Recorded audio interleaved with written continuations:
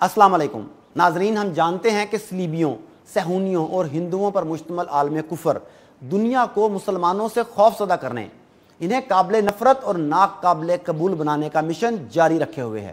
ان کی اس منصوبہ بندی کی وجہ سے ہر آنے والا دن مسلمانوں کے لیے مشکل سے مشکل تر ہوتا چلا جا رہا ہے۔ سن 2001 میں ٹوئن ٹاورز پر امریکہ کے خود ساختہ حملے کے بعد سے اسلاموفوبیا کی لہر کا فائدہ اٹھاتے ہوئے طاقتور ممالک کے ساتھ ساتھ میانمار جیسے مفلوق الحال ملک نے بھی روہنگیا مسلمانوں کا جو حال کیا وہ کسی سے ڈھکا چھپا نہیں۔ افغانستان، پاکستان، انڈیا، عراق، شام، یمن، لیبیا، صومالیہ، سوڈان وغیرہ میں مسلمانوں کی جاری ایتھنک کلینزنگ اس بات کی دلیل ہے کہ یہ سب حادثات خود رو نہیں بلکہ صلیبیوں اور یہودیوں پر مشتمل انٹرنیشنل اسٹیبلشمنٹ کے بڑے منصوبے کا حصہ ہیں۔ اس پس منظر میں آج ہم اسلام مخالف عالم کفر کے نمائندہ ملک فرانس کو سامنے رکھتے ہوئے یہ دیکھنے اور سمجھنے کی کوشش کرتے ہیں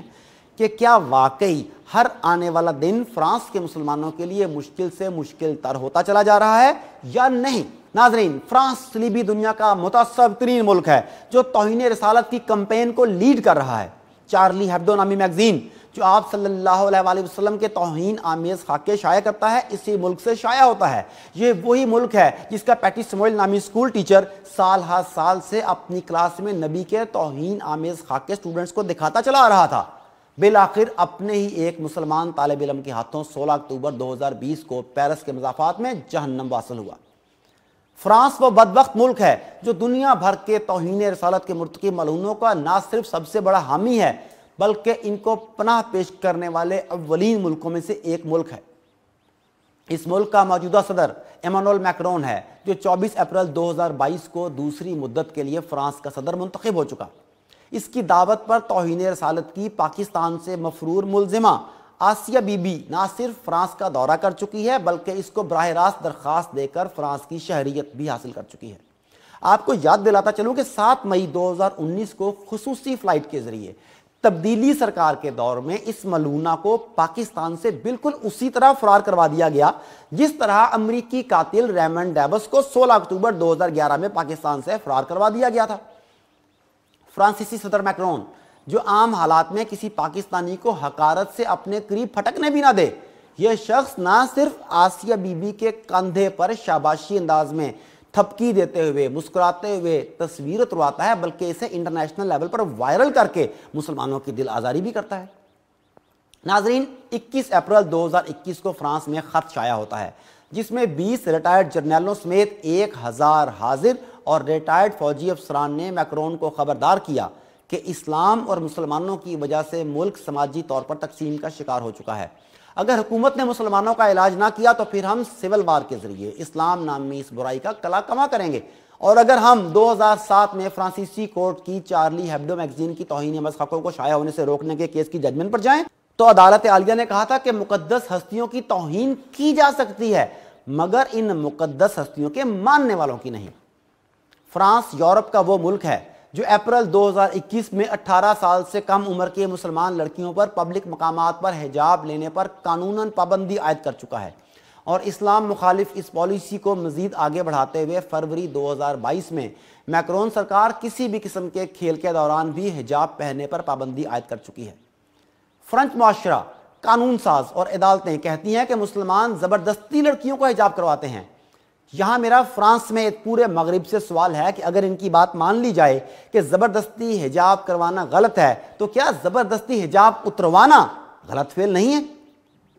انسانی حقوق کا ڈنڈورا پیٹنے والا فرانس انڈیا کی طرح مسلمان طالبات کو اپنے عقیدے اور اپنی تعلیم کے درمیان سمجھوتا کرنے پر مجبور کر چکا ہے۔ اس ملک میں تعصب اتنا بڑھ چکا ہے کہ یہاں اساتذہ سے کہا جاتا ہے کہ وہ مسلمان طالبات کے لمبے سکرٹس کو بھی بنیاد پرستی کی علامت کے طور پر لیں اور ایسی مسلمان طالبات کو چھوٹی سکرٹس پہننے پر مجبور کریں اور باحجاب ماؤں کو سکول میں داخل ہونے سے روکیں۔ یہاں تک کہ اب مساجد میں فلسطینیوں کے حق میں دعائیں مانگنے اور یہودیوں کو بددعائیں دینے کو بھی بنیاد پرستی کے طور پر لیا جاتا ہے، بلکہ اس بنیاد پر بطور سزا مساجد کو بند کرنے کا سلسلہ شروع ہو چکا ہے۔ ناظرین، یہ ہے فرانس کی عمومی صورتحال جس سے یقیناً آپ لوگ وقتاً فوقتاً آگاہ بھی ہوتے رہے ہوں گے، مگر آج میں آپ کو موجودہ خطرناک صورتحال سے آگاہ کرنے لگا ہوں جو فرانس سمیت پورے یورپ کی سیاست کا رخ موڑنے کا باعث بن سکتی ہے۔ ہم تو انڈیا کو روتے تھے کہ یہاں اقتدار کے حصول کے لیے مسلمان، اسلام، قبرستان، حجاب، داڑھی، اذان، مدرسہ اور مسجد کو ختم کرنے کے دعووں اور نعروں پر الیکشن لڑے جاتے ہیں، حکومتیں بنائی جاتی ہیں، گرائی جاتی ہیں، مگر اب فرانس بھی اس فہرست میں شامل ہو چکا ہے۔ فرانسیسی صدر ایمانوئل میکرون اپنی حریف ماری لاپین کو ہرا کر دوسری مدت کے لیے 7 مئی 2022 کو حلف بھی اٹھا چکا ہے۔ ماری لاپین کا انڈیا کے ووٹرز کی طرح اپنے ووٹر سے بھی یہ انتخابی عہد تھا کہ وہ عوامی مقامات پر سکارف پہننے والی کسی بھی عمر کی مسلمان عورتوں پر بھاری جرمانہ عائد کرنے کے لیے قانون لائے گی اور حلال گوشت پر بھی پابندی عائد کرے گی۔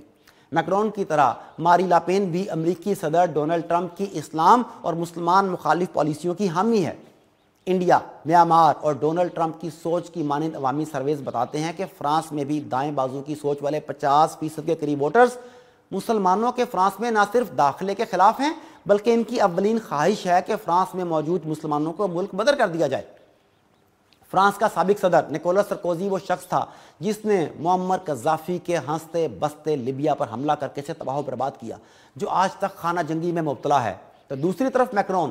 فرانس میں مسلمان مہاجرین کا داخلہ روکنے کے لیے ڈونلڈ ٹرمپ کی طرز پر باڑ لگانے کی سوچ پر عمل پیرا ہے۔ بات اب یہاں تک آ گئی ہے کہ انڈیا کی طرح مسلمانوں اور اسلام سے متعلق منفی سماجی بحث مباحثے فرانسیسی سیاست کا بنیادی محور بن چکے ہیں۔ ذرا سوچئے، اسلام اور مسلمانوں کو نشانہ بنائے بغیر ان کے الیکشنز کیسے ہوں گے؟ اب انڈیا کی طرح اس ملک کا ہر الیکشن مسلمانوں سے متعلق ہوتا ہے لیکن مسلمانوں کے بغیر۔ ناظرین، اب تک کی بات چیت سے یہ بات سامنے آتی ہے کہ وہ یعنی عالم کفر کس طرح ہم پر ظلم کرنے کے منصوبے بنا رہے ہیں، ہمیں جینے دے رہے ہیں نہ مرنے۔ کاش OIC اور تیل و گیس کے ذخائر پر بیٹھے مسلمان ممالک اپنے ان اثاثہ جات کو بطور ہتھیار استعمال کرتے ہوئے مغرب کی اسلاموفوبیا ڈرائیو کو یہی روک لیں، ورنہ مسلمانوں کو محدود کرنے کی یہ سیاسی مہم جوئی امریکہ، انڈیا اور میانمار کی طرح پورے یورپ میں پھیل سکتی ہے۔ اللہ ہم سب کا حامی و ناصر ہوگا۔